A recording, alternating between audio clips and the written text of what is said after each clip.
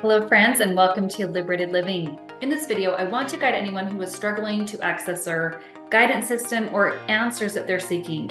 This video will be particularly helpful if you feel stuck in restrictive conditions that don't seem to want to shift. So my goal is to share empowering methods to achieve better outcomes and overcome the idea that answers are outside of you versus within. So without further delay, let's jump in and discuss how to access our higher intelligence when confronted with challenges. To begin, I want to highlight the principle of separation versus unity consciousness. So first of all, what is separation? Mainstream systems, including religious frameworks, often perpetuate consciousness of separation. These systems reinforce the ego's dominance over the soul, creating the idea of dualism. It encompasses various dimensions and interpretations, often relating to how we perceive and relate to the world as well as ourselves. Viewing the divine or universal force as separate from oneself can create a perceived divide by suggesting that answers, source, and power ultimately lie outside of ourselves. This division can hinder the experience of a unified consciousness and the realization of one's inherent connection to the greater whole, causing division between self and divine or infinite power.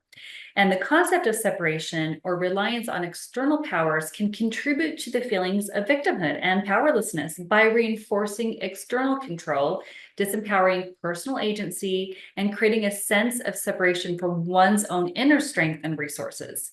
To counteract these effects, it's beneficial to cultivate a sense of self-efficacy, recognize and harness inner resources, and foster a sense of unity and connection with oneself and the broader universe. By shifting focus from external dependencies to internal alignment and our internal resources, we can empower ourselves by enhancing a sense of agency and personal power with the well-being that we desire.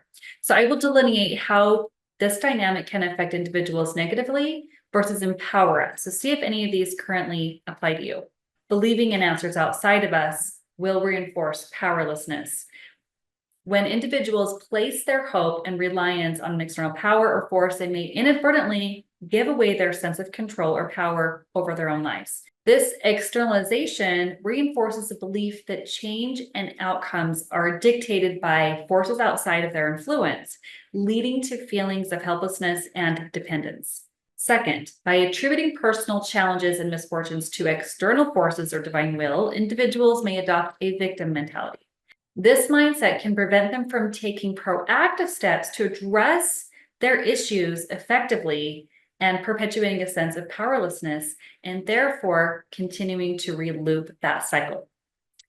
Third, praying to an external power or seeking intervention from an outside force can sometimes overshadow the importance of personal agency and that self-efficacy.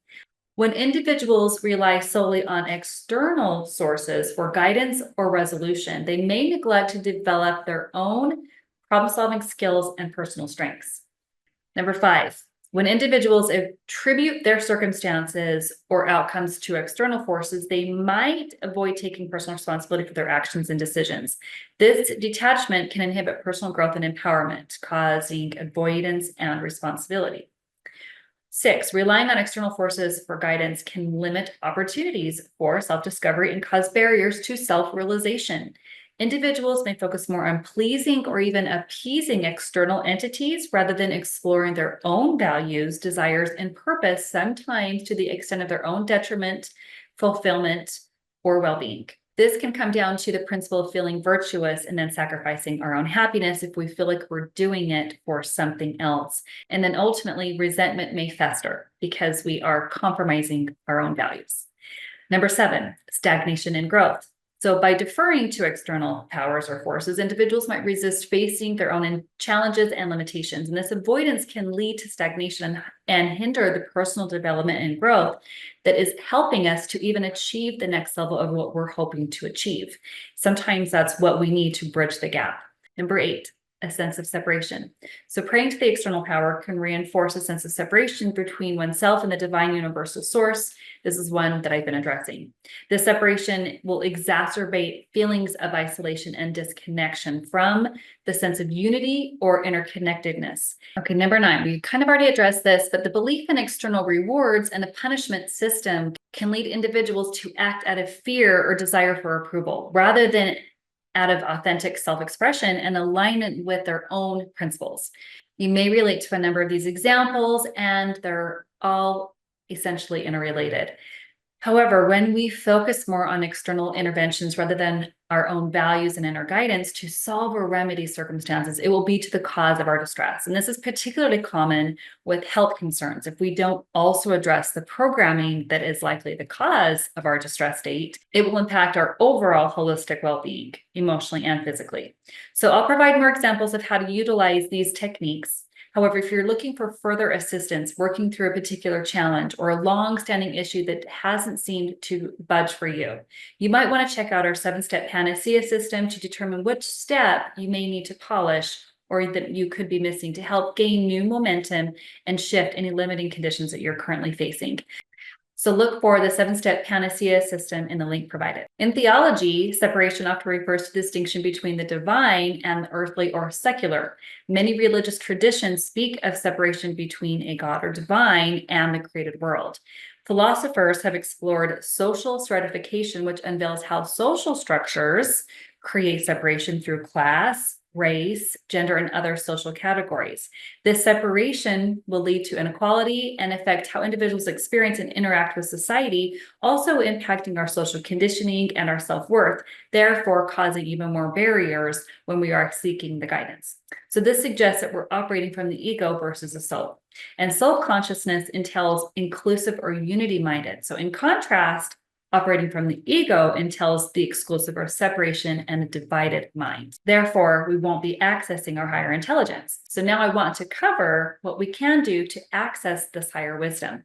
We are a higher intelligence and consciousness that is operating in physical form, incarnate to this 3D realm of existence and our lower level of consciousness.